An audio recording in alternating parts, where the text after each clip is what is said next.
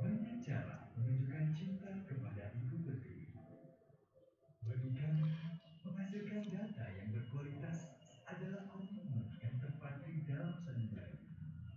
Dari waktu ke waktu yang telah dilalui, membangun negeri nyatanya tidak semudah menjentikan jari. Data yang akurat adalah statistik telah menjadi bagian dari sejarah perjalanan bangsa.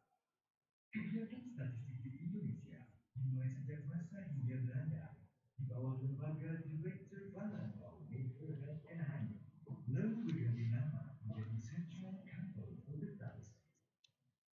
Pasca kemerdekaan, lembaga tersebut mengalami beberapa kali pergantian nama, yaitu Kantor Pusat Statistik, Biro Pusat Statistik, hingga akhirnya pada 19 Mei 1997 ditetapkan Undang-Undang Nomor 16 Tahun 1997 tentang statistik, menetapkan nama Badan Pusat Statistik atau BPS. BPS mencakup seluruh wilayah Indonesia yang terdiri dari ribuan pulau. Habis ini udah ya? Habis ini ya? Langsung ya? Dari Oke. Sabang sampai Merauke, ujung Miangas hingga Pulau Lote, kantor BPS tegak berdiri di setiap kabupaten dan kota di Indonesia. Dalam melaksanakan tugas sebagai penyedia data statistik, BPS berstatus sebagai lembaga pemerintah non-kementerian yang bertanggung jawab langsung kepada Presiden. Oleh karena itu, independensi adalah hal yang mutlak bagi BPS. Menyediakan data statistik berkualitas untuk Indonesia maju adalah visi kami. BPS bertanggung jawab menyediakan data statistik dasar, membantu penyelenggaraan statistik khusus, dan mendukung pelaksanaan statistik sektoral. Kegiatan utama BPS adalah menyelenggarakan sensus. 3 sensus yang diselenggarakan oleh BPS, yaitu sensus penduduk pada tahun berakhiran 0, sensus pertanian pada tahun berakhiran 3, dan sensus ekonomi pada tahun berakhiran 6. Selain itu, BPS juga melakukan ratusan survei rutin untuk mendukung ketersediaan data khusus.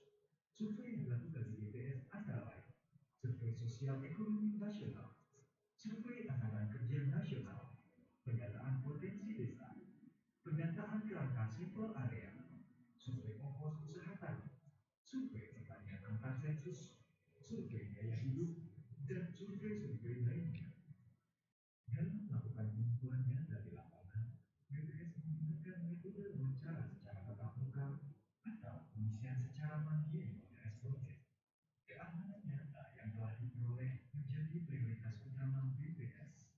Setiap data yang diperoleh dari responden dijaga kerahasiaannya dan dijamin oleh undang-undang. Data kemudian ditabulasikan, dianalisis, dan dipublikasikan tepat waktu untuk digunakan pada berbagai keperluan. BPS diperkuat oleh lebih dari 16.000 pegawai yang tersebar di 34 kantor BPS provinsi dan 514 kantor BPS kabupaten atau kota di seluruh Indonesia. Selain itu, BPS dibantu oleh tenaga mitra statistik terlatih yang berlandaskan pada nilai inti, profesional, integritas, amanah. BPS juga turut melakukan pendidikan dan pelatihan statistik. Politeknik Statistika (STIS) adalah perguruan tinggi kedinasan yang dikelola untuk mencetak generasi unggul di bidang perstatistikan dan mampu bersaing secara nasional maupun internasional. Mata kurikulum yang diajarkan berbeda dengan universitas lain karena terdapat mata kuliah ofisial statistik.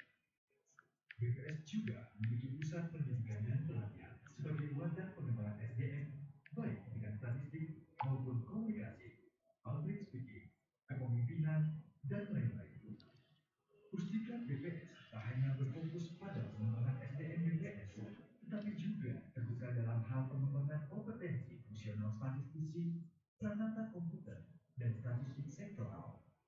Kepercayaan pemerintah, masyarakat, hingga dunia internasional adalah bentuk semangat bagi BPS untuk terus menghasilkan data yang up-to-date dan akurat. Partisipasi aktif masyarakat dalam mendukung ketersediaan data statistik di Indonesia, berpartisipasi aktif dan memberikan jawaban yang jujur responden adalah motivasi kami untuk tidak pernah berhenti melayani dengan kreatif.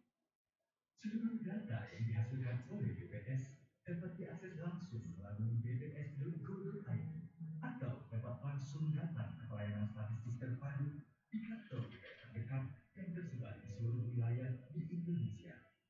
BPS akan terus menyediakan data statistik yang akurat, handal, terpercaya. Karena data mencerdaskan bangsa.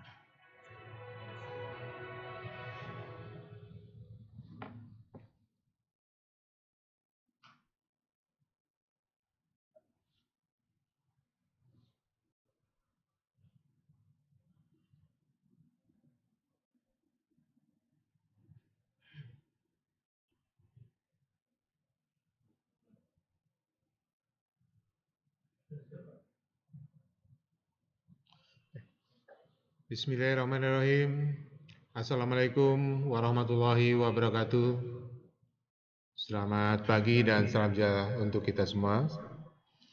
Yang saya hormatin Bapak Ibu semua dari instansi OPD, baik itu lingkup pemerintah provinsi, ya, termasuk juga para BPS Kabupaten Kota dan seluruh jajaran BPS yang ada di Jawa Timur, serta rekan-rekan media cetak maupun online, serta Bapak Ibu semua yang hadir pada rilis pagi hari ini. Syukur Alhamdulillah pada pagi hari ini kita semua diberi kenikmatan, diberi kesehatan, ya. Kita sudah ikutin bersama rilis secara nasional dan kita akan melanjutkan rilis untuk Provinsi Jawa Timur. Bahwa pertumbuhan ekonomi sebelum saya sampaikan di Jawa Timur, mungkin ada beberapa hal yang perlu saya informasikan terkait dengan kondisi-kondisi yang berkaitan dengan COVID-19, ya, bahwa COVID-19 ini kalau kita lihat dari bulan Maret ya sampai dengan akhir Desember 2020 memang kecenderungan mengalami peningkatan, ya, apalagi di akhir-akhir ini khususnya di akhir 2020 dan beberapa kabupaten kota memang ada yang kadang-kadang zona merah, zona kuning, ya, tetapi inilah dinamika bahwa perkembangan COVID-19 ini belum bisa diatasi. Kemudian kita bisa lihat di slide berikutnya terkait dengan mobilitas penduduk di masa pandemi, ya, bahwa yang mencolok memang ada di tempat belanja ini kan kalau kita lihat memang meningkat ya dari baseline terutama di akhir tahun. Demikian juga dengan mobilitas di tempat transit kendaraan, ya. Ini juga walaupun kecenderungan meningkat tetapi masih ada di bawah baseline ya kalau kita lihat dibanding dengan bulan-bulan sebelumnya. Ini kita bisa melihat per bulan dan dalam triwulan 4 bisa kita lihat bahwa memang ada pergerakan-pergerakan atau mobilitas-mobilitas penduduk ya. Kemudian yang bisa kita slide berikutnya terkait dengan perubahan-perubahan mobilitas ini kita bisa lihat pada triwulan 4 2020. Ini bisa kita lihat bahwa beberapa yang adanya momen-momen liburan ini ya mendorong ya setidaknya terkait dengan mobilitas penduduk ya dan di retail termasuk rekreasi ya meskipun memang aktivitasnya memang tidak begitu besar. Nah, kemudian di akhir-akhir tahun memang penambahan jumlah COVID-19 ini meningkat sehingga masyarakat lebih memilih untuk tinggal di rumah. Selain itu juga adanya aturan-aturan yang ketat ya, terutama kalau kita memasukin tempat rekreasi ya, kemudian transportasi umum Kita juga diwajibkan untuk melakukan rapid ya, antigen ya. Kemudian di slide berikutnya kita bisa melihat beberapa catatan-catatan peristiwa-peristiwa pada triwulan 4 yang perlu kita lihat bahwa secara umum memang produksi pertanian di triwulan 4 ini mengalami kontraksi ya dibandingkan dengan triwulan sebelumnya karena masa panen raya beberapa komoditas ini telah lewat. Kemudian produksi tanaman pangan dan hortikultura ya, ini mengalami kontraksi. Demikian pula dengan tanaman perkebunan. Sementara itu kegiatan perikanan ya, budidaya memasukin masa tebar benih. Kemudian di catatan berikutnya secara Y on Y, year on year-nya produksi beberapa komoditas pertanian ini justru meningkat ya. Produksi padi meningkat karena meningkatnya luas panen ya. Kemudian ini bisa kita lihat beberapa komoditas ya.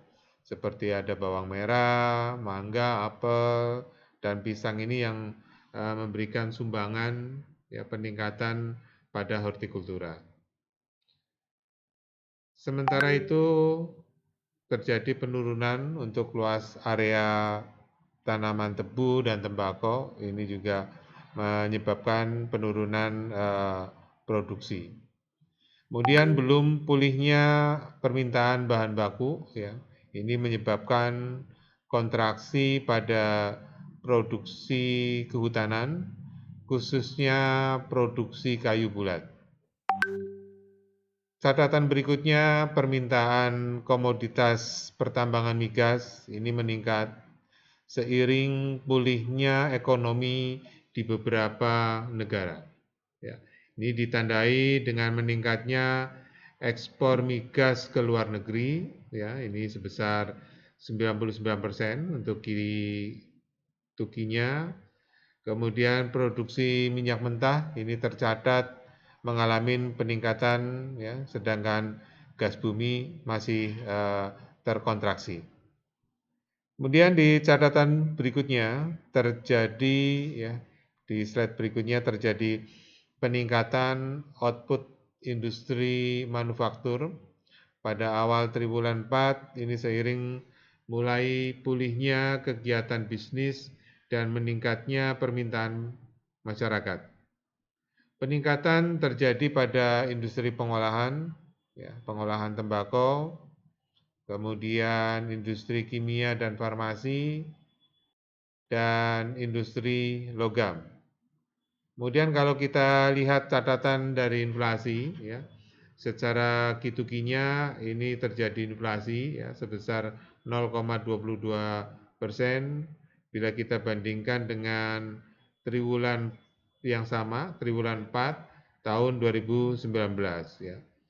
Ini yang tercatat 1,48%.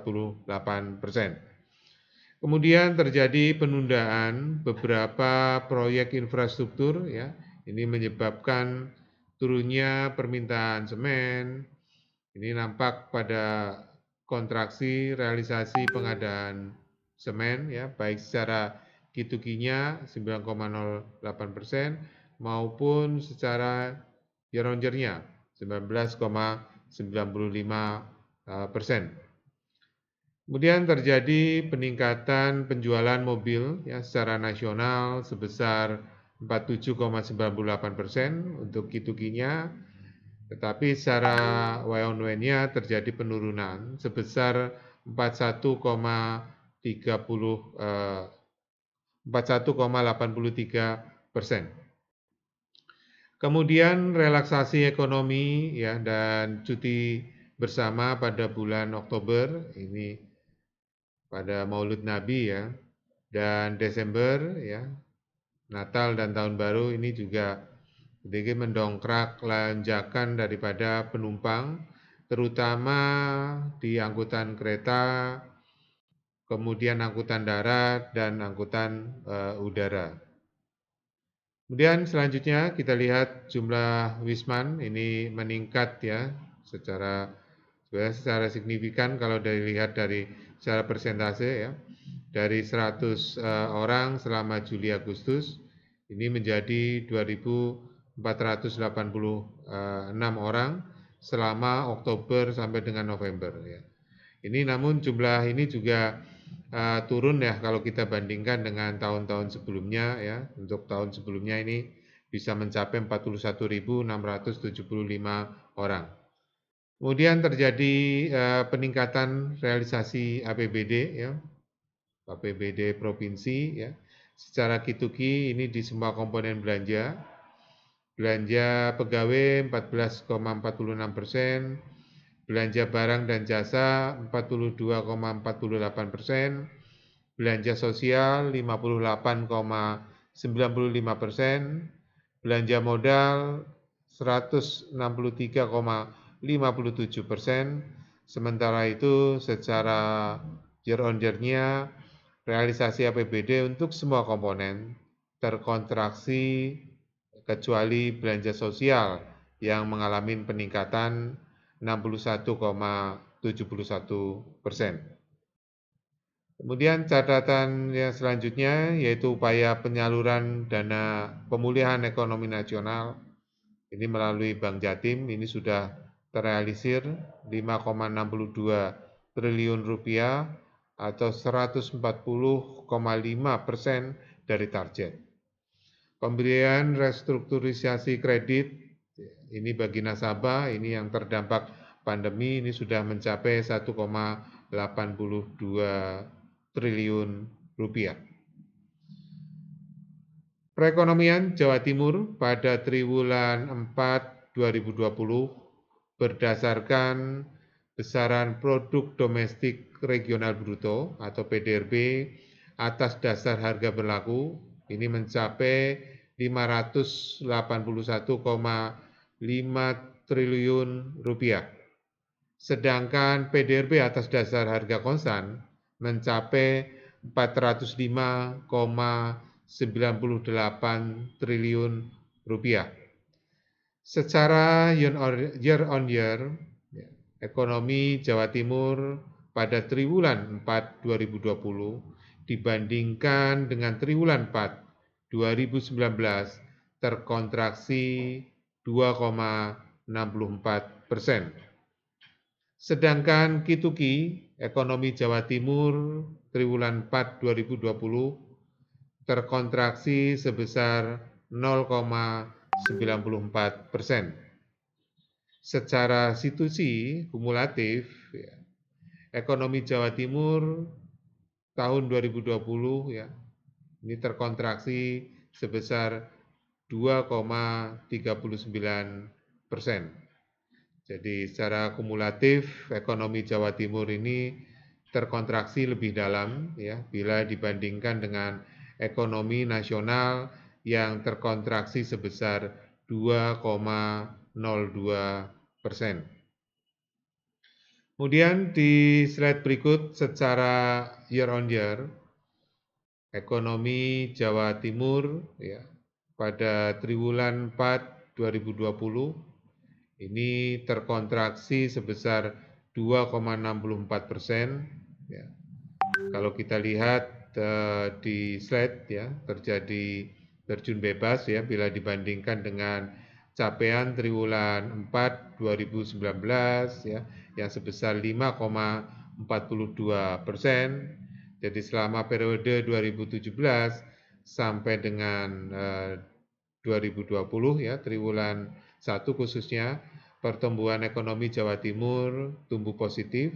Selanjutnya pada triwulan 2 sampai dengan 4 tahun 2020 mengalami kontraksi di mana terjadi perubahan pola ya bila dibandingkan dengan periode-periode sebelumnya.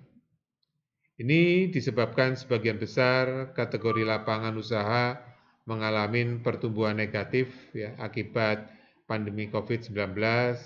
Secara Ki-to-Ki ekonomi Jawa Timur ini pada triwulan 4 2020 ini juga terkontraksi sebesar 0,94%. Ya.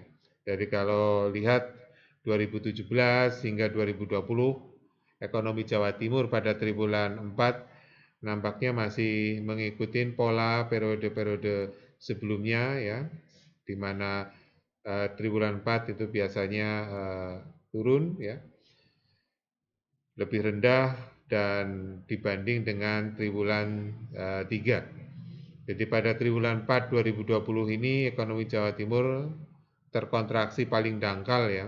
Jadi kalau kita lihat di 2017 Gitukinya ya terdangkalnya sampai -2 ya. 2018 juga seperti itu. 2019 hampir kontraksi 2 ya, lebih tepatnya -1,93. Kemudian selanjutnya secara situsinya ya, secara kumulatif ini ekonomi Jawa Timur ini terkontraksi sedalam 2,39%. Jadi selama periode 2017 hingga triwulan 1 2020 secara situsi ekonomi Jawa Timur tumbuh positif ya.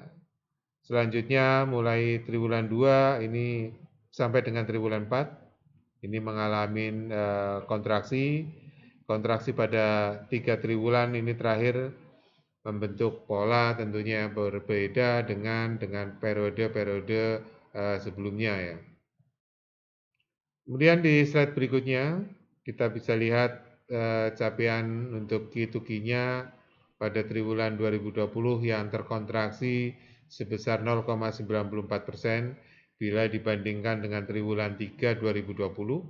Ini kategori yang memicu terjadinya kontraksi yaitu pertanian, kehutanan dan perikanan, kemudian konstruksi ya. Jadi kalau kategori pertanian, kehutanan dan perikanan selama 3 triwulan ini tumbuh positif. Pada triwulan 4 2020 mengalami kontraksi ya. Jadi secara umum produksi pertanian di triwulan 4 2020 ini mengalami kontraksi dalam bila dibandingkan dengan triwulan sebelumnya karena masa panen raya beberapa komoditas ini sudah lewat ya. Produksi tanaman pangan dan hortikultura ini mengalami kontraksi ya. Demikian pula dengan tanaman perkebunan ya, sementara itu untuk perikanan budidaya ya. Ini masih memasuki masa tebar benih ya, seperti yang catatan yang sebelumnya sudah saya sampaikan. Jadi secara Q2Q ya pertumbuhan tertinggi ini dicapai oleh kategori pertambangan dan penggalian. Ini tercatat sebesar 13,92%. Hal ini dipicu oleh permintaan komoditas pertambangan migas yang meningkat seiring pulihnya ya ekonomi beberapa negara ya, walaupun tidak seperti tahun-tahun sebelumnya. Ini ditandai dengan meningkatnya ekspor migas ke luar negeri sebesar 99% ya secara Q2Q-nya. Produksi minyak mentah tercatat mengalami peningkatan, sedangkan gas bumi masih terkontraksi.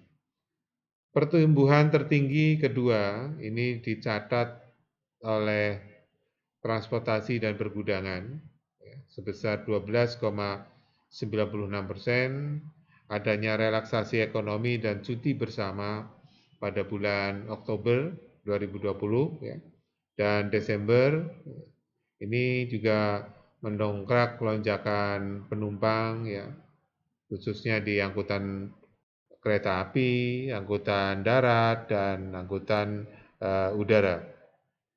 Kemudian di slide berikutnya untuk pertumbuhan tertinggi yang ketiga ya, ini dicapai oleh kategori jasa lainnya. Ini tercatat sebesar 9,71%.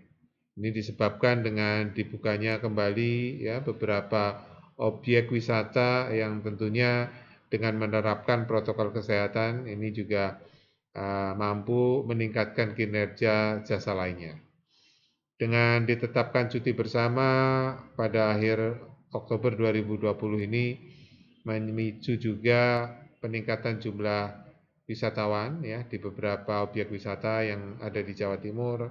Selain itu juga dipengaruhi oleh meningkatnya jumlah wisman secara signifikan ya dari 100 orang pada Juli sampai dengan Agustus ya menjadi 2.486 selama Oktober sampai dengan November. Namun jumlah ini ya memang tidak sebesar dengan tahun sebelumnya. Kemudian kita lihat strukturnya di slide berikutnya terkait dengan lapangan usaha pada triwulan 4 2020. Distribusi terbesar ini masih kategori industri pengolahan ya sebesar 31,25%, kemudian kategori perdagangan besar dan eceran, reparasi mobil dan sepeda motor ini sebesar 18,33%, dan kategori pertanian, kehutanan dan perikanan ya sebesar 9,92%. Secara year on year, ekonomi Jawa Timur pada triwulan 4 2020 ini terkontraksi sebesar 2,64%. Pertumbuhan tertinggi ya, secara year on year dicapai oleh kategori informasi dan komunikasi. Ya, ini bisa dimaklumin karena informasi dan komunikasi di masa pandemi ini menjadi vital. Ya, ini tercatat 9,81%. Kemudian dengan masih berlakunya school from home, work from home, ini juga menjadikan kontribusi terhadap sektor informasi dan komunikasi. Kemudian pertumbuhan tertinggi juga dicapai oleh kategori jasa kesehatan, ya 8,23%, kategori pengadaan air, pengelolaan sampah, limbah, dan daur ulang ini sebesar 5,98%. Kemudian di slide berikutnya seperti disinggung sebelumnya untuk secara situasi ya. Untuk ekonomi Jawa Timur pada triwulan 4 2020 ini terkontraksi sebesar 2,39%. Penopang PDRB menurut lapangan usaha 74,49% dari kategori industri ya, pertanian, perdagangan, konstruksi dan penyediaan akomodasi dan makan minum. Jadi pandemi COVID-19 ini memberikan dampak pada pertumbuhan ekonomi Jawa Timur. Ya. Secara situasinya, kategori yang masih mampu tumbuh positif, ya, kategori informasi komunikasi tumbuh 9,83%, pertanian, kehutanan, dan perikanan tumbuh 0,94%, sedangkan kategori industri, perdagangan, konstruksi, akomodasi dan makan minum, serta pertambangan dan penggalian ini mengalami kontraksi. Kemudian di slide selanjutnya untuk kategori jasa kesehatan dan kegiatan sosial ini tumbuh 8,70%, kategori jasa pendidikan tumbuh 3,9%, kategori real estate tumbuh sebesar 3,99%, jadi kategori untuk keuangan dan asuransi sebesar 0,18%, kategori pengadaan air tumbuh 5,03%, sedangkan kategori administrasi pemerintahan, kategori jasa lainnya, jasa perusahaan, pengadaan listrik dan gas ini mengalami kontraksi. Kemudian di slide selanjutnya kita bisa lihat bahwa penciptaan untuk sumber pertumbuhan ekonomi ya pada tahun 2020 ini kategori informasi dan komunikasi ini memiliki sumber pertumbuhan tertinggi ya sebesar 0,58%. Sumber selanjutnya sumber pertumbuhan yang berikutnya adalah kategori konstruksi ya kontraksi ya minus 0,31%. Sedangkan kategori perdagangan besar, eceran, reparasi mobil dan sepeda motor merupakan sumber kontraksi yang terdalam ya sebesar minus 1,07%. Ya. Kemudian kita lihat nilai PDRB-nya pada Provinsi Jawa Timur ya. Menurut lapangan usaha secara detail bisa kita lihat di tabel pada slide tersebut. Dari tabel terlihat bahwa kategori industri pengolahan, perdagangan besar, eceran, reparasi mobil dan sepeda motor, serta pertanian, kehutanan, dan perikanan, ini menghasilkan nilai nominal yang relatif paling besar bila kita bandingkan dengan kategori-kategori lainnya. Berdasarkan atas harga berlaku, ya, seperti industri pengolahan, ya, pada triwulan 4 ini mencapai 181,73 triliun rupiah. Kemudian itu untuk harga berlakunya, sedangkan harga kontannya 124,8 triliun rupiah.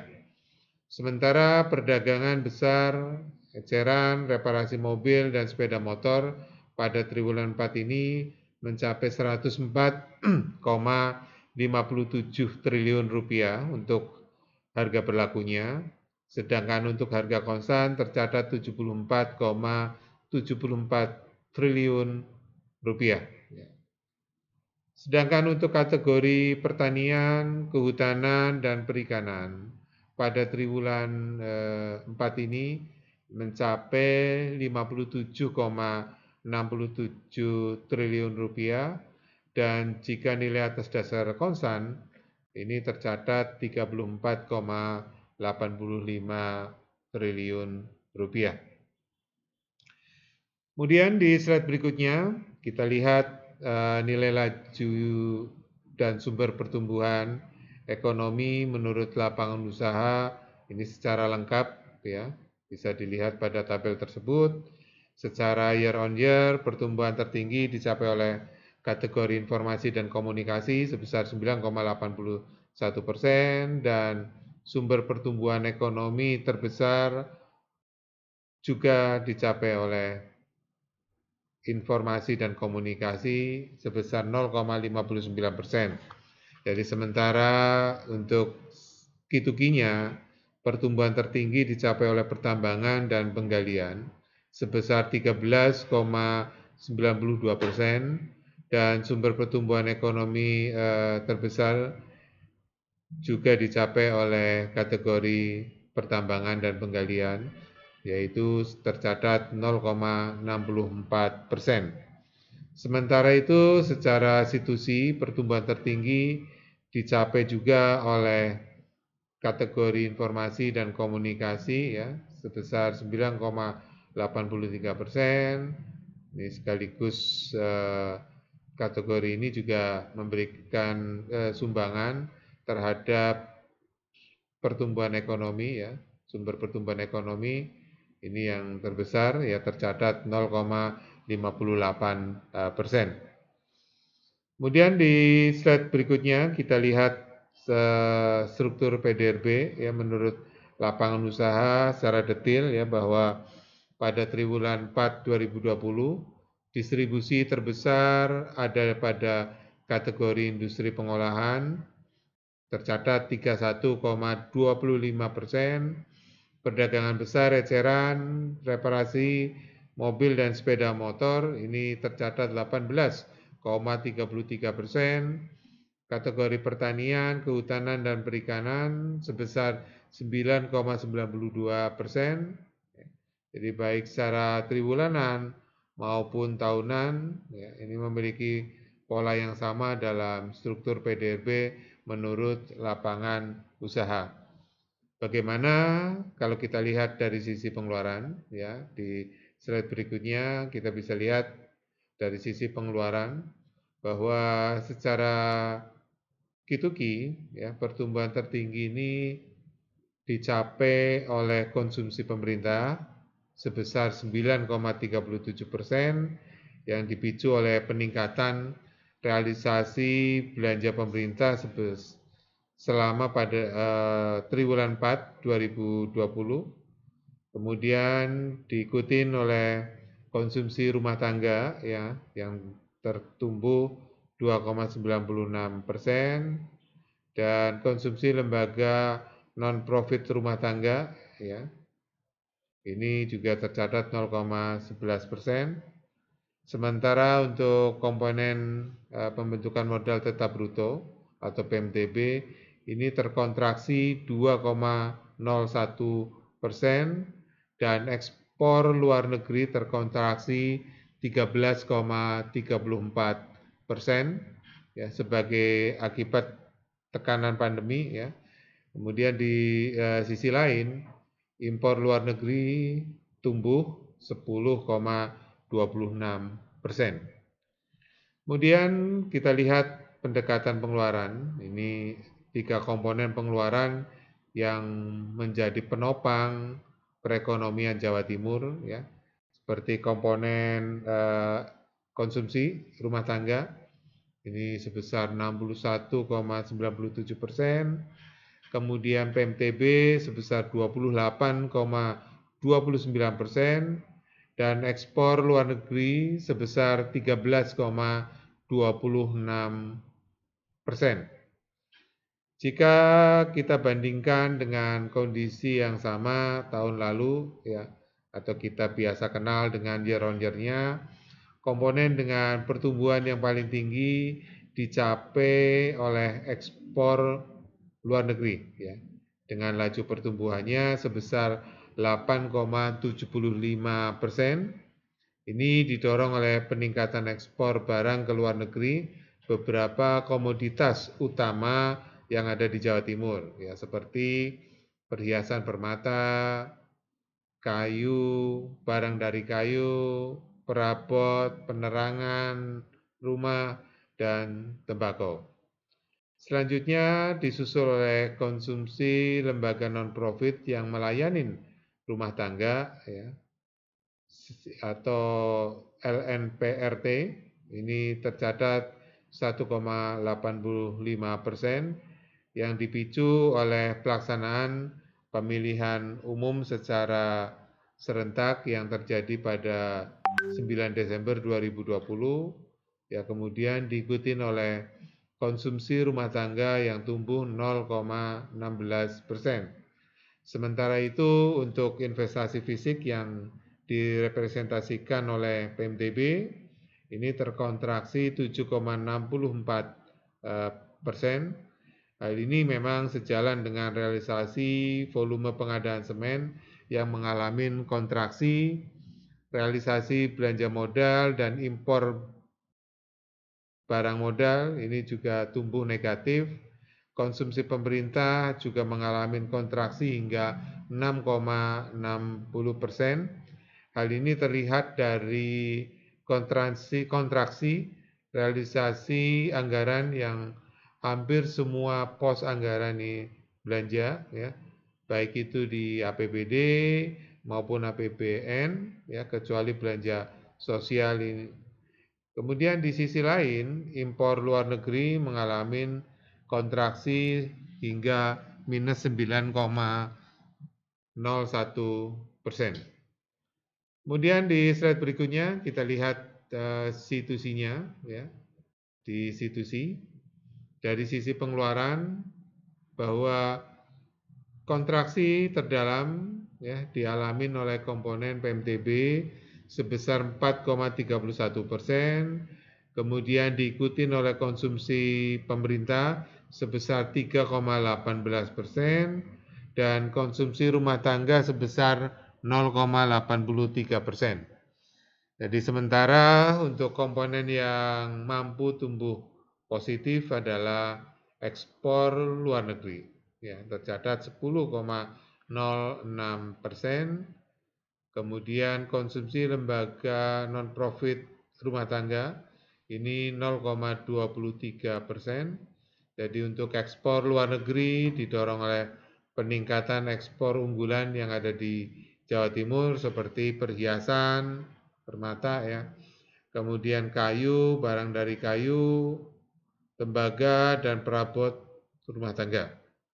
Sedangkan konsumsi LNPRT ini dipicu oleh kampanye dan pelaksanaan pemilu secara serentak ya pada 9 Desember 2020 serta beberapa kegiatan-kegiatan keagamaan.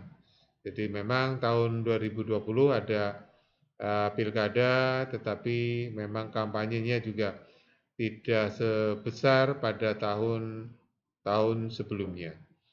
Kemudian di slide berikutnya kita lihat penciptaan ya, sumber pertumbuhannya. Jadi sumber kontraksi yang terdalam perekonomian Jawa Timur pada tahun 2020 ini adalah komponen PMTB ya. Ini sebesar minus ya 1,18%. Kemudian konsumsi pemerintah ini sebesar minus 0,14%.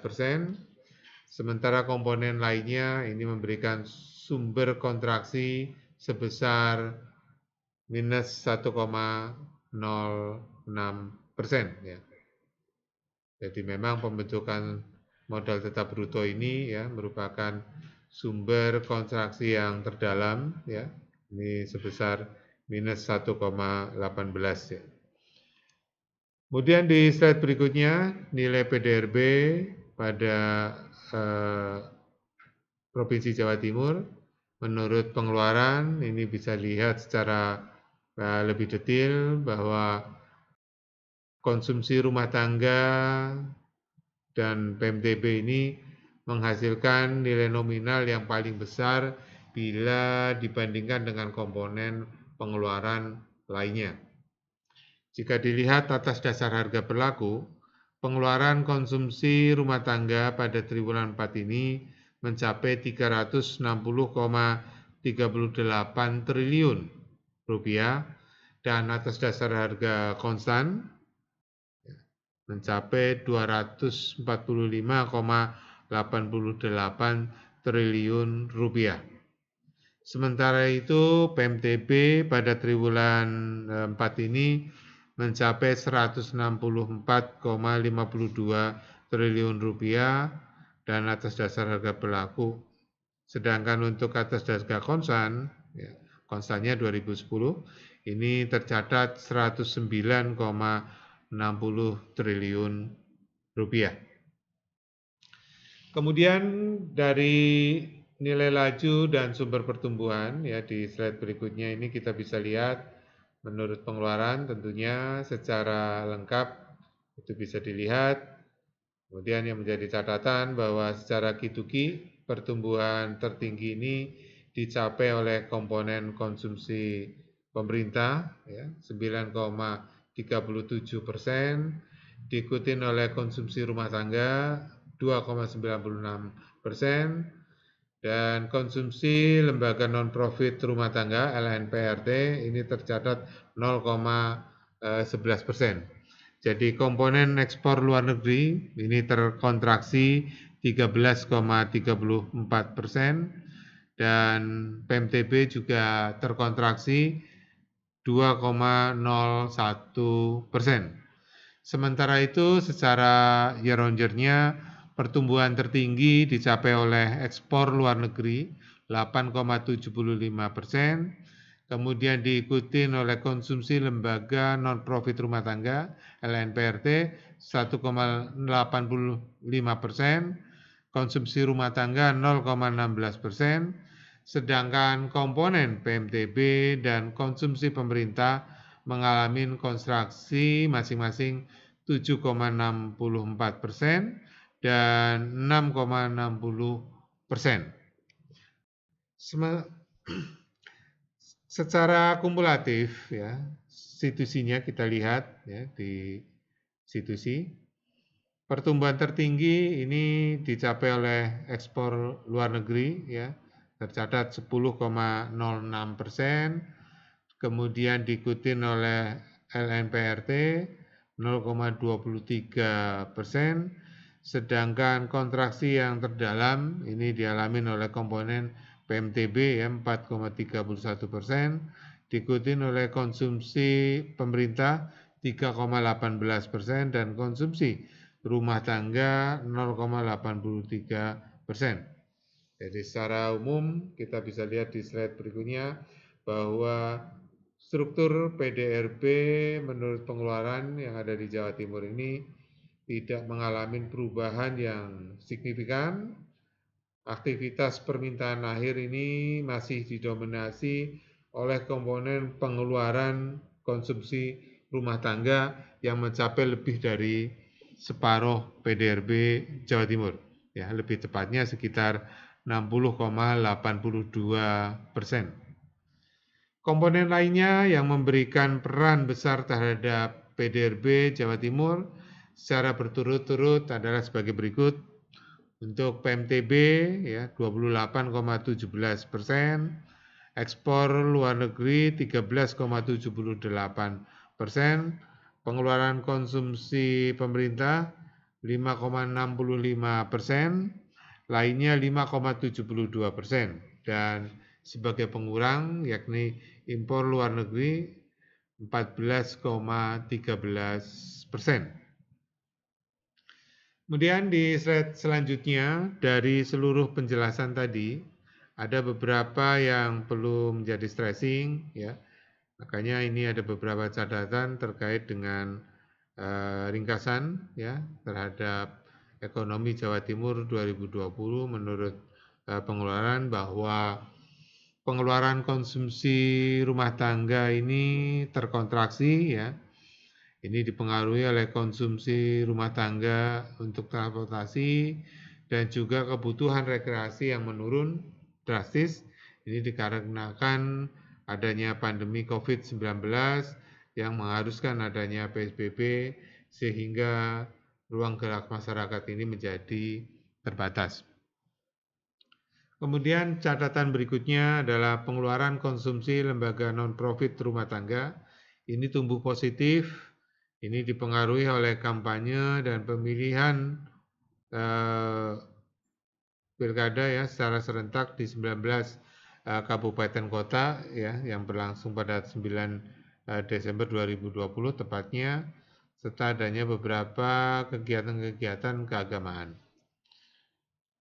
Kemudian pengeluaran konsumsi pemerintah ini terkontraksi, ini dipengaruhi oleh realisasi APBD yaitu misalnya belanja pegawai, belanja modal, dan belanja barang ini terkontraksi. Kemudian PMTB juga terkontraksi. PMTB ini sejalan dengan realisasi semen dan belanja modal baik APBN maupun APBD yang turun drastis ya. Ekspor tumbuh positif, ini dipengaruhi oleh beberapa komoditas seperti perhiasan, kayu, barang dari kayu, tembaga, dan perabot. Kemudian untuk impor mengalami kontraksi, ini disebabkan adanya penurunan secara drastis pada beberapa komoditas unggulan impor Jawa Timur seperti besi baja, pupuk, mesin-mesin, bahan kimia, dan impor yang ditunjukkan dengan indikator jumlah penumpang yang berangkat ke luar negeri maupun pintu Juanda ya yang turun drastis, salah satunya adanya pembatasan dan larangan beribadah. Kemudian di berikutnya ya PDRB per kapita Jawa Timur tahun 2016 dan sampai dengan 2019 ini mengalami peningkatan setiap tahunnya ya. Pada tahun 2020 itu PDRB per kapita Jawa Timur mengalami penurunan sebesar 2,49% bila dibandingkan dengan tahun lalu, tahun sebelumnya 2019. Jadi pada tahun 2020 PDRB per kapita Jawa Timur ini sebesar 57,5 juta rupiah. Sedangkan pada pandemi ya 2019 PDB per kapita Jawa Timur ini mencapai 59,02 juta rupiah. Pandemi COVID yang terjadi sangat mempengaruhi kinerja berbagai kategori yang ada di PDRB. Kemudian di slide berikutnya perbandingan ya nilai PDRB Pulau Jawa ya. Secara rinci bisa kita lihat ya. Secara institusi tahun 2020 ekonomi Jawa Timur ini mengalami kontraksi sebesar 2,51%.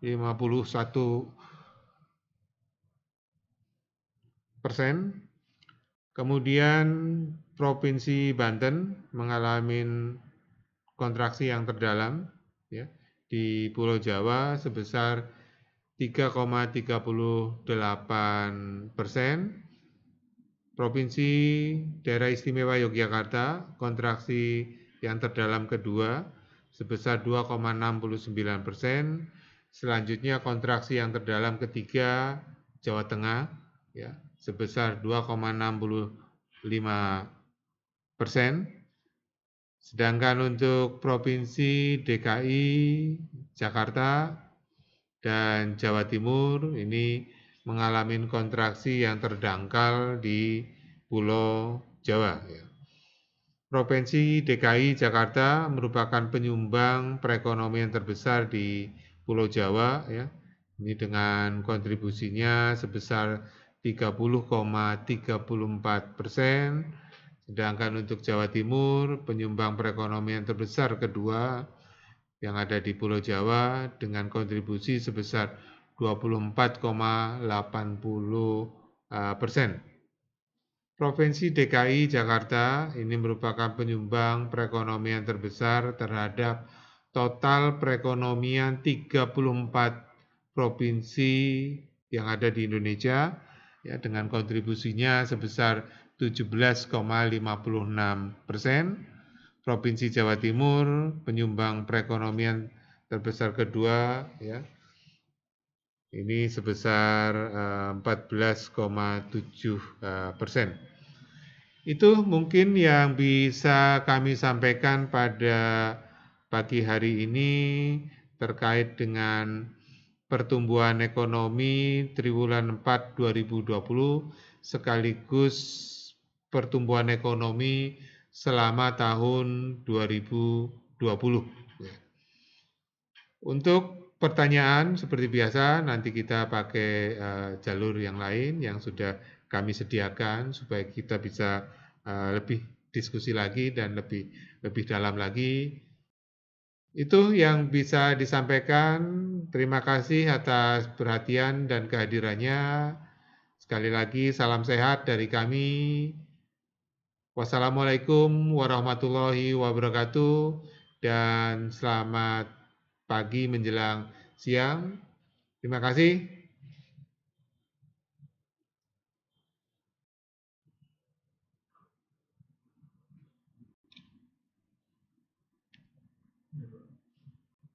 Udah, oke.